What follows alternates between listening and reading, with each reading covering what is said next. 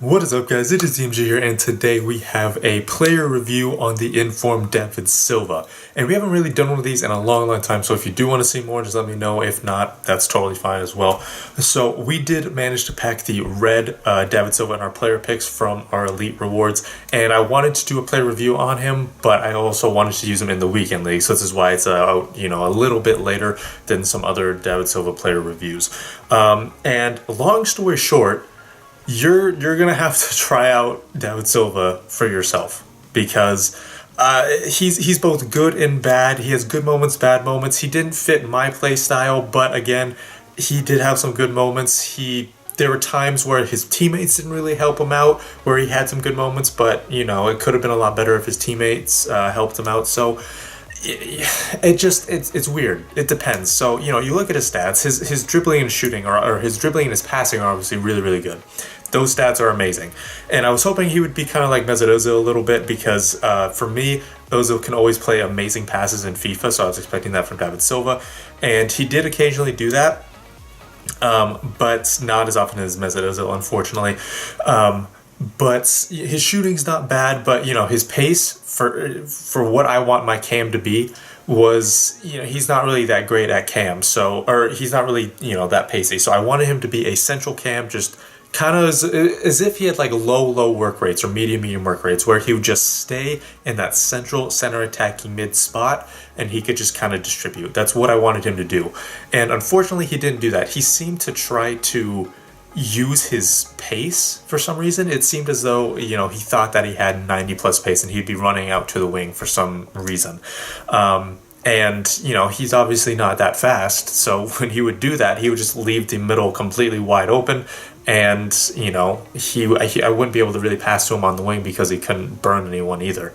So it was in that regard, it was a little hit or miss. But there are a couple clips, especially in the last two games, that I want you guys to look at, where he does well, he gets into space, but there's no one in the box for him to pass to.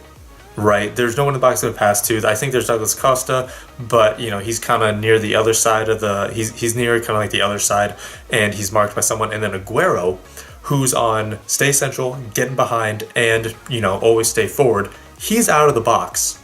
He's not even in the striker spot. He's literally outside of the box. So I'm not sure why Aguero was there. So yeah, David Silva kind of got screwed by his teammates there a little bit, and.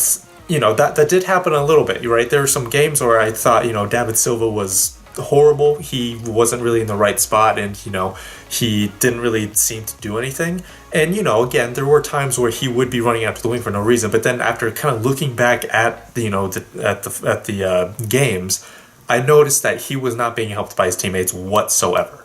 So again, if you're able to put him in that central attacking mid spot and keep him in that central mid spot, that central area, I think he's going to be great. Again, the 2-star weak foot is something that's a little bit lacking as well that I forgot to mention, but for me personally, in my team, if you're someone like me who really likes pacey center attacking mids, right? For me, when I use the 4-2-3-1 narrow, which is what I was using in this team, the striker and the center attacking mid tend to swap positions a lot.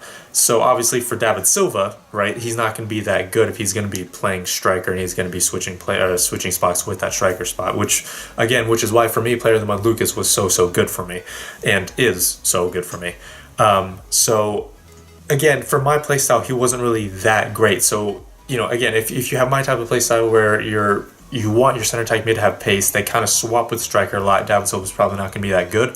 But if you're more possession based, you have a slower build up, and I'm not saying I have a fast build up, right? I do possession play a lot, and once I was able to kind of slow down a little bit more than I was used to, then I was able to utilize David Silva a little bit more. But again, I would have to try to change my play style for that. So obviously, I want players that fit my play style. I don't want to have to change my play style for what the players are good at.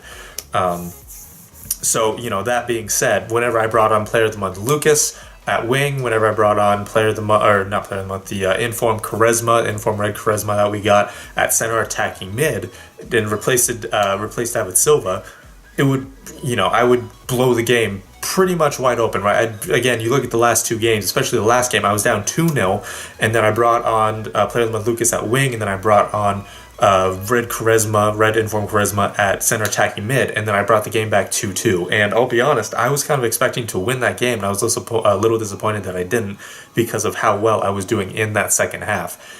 And again, it was because David Silva doesn't really fit my play style.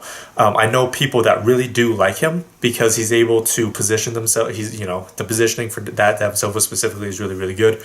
But for me, in the 4-2-3-1, the way I play, he's not really good enough. And, if you're looking for a fun factor, again, still try him out.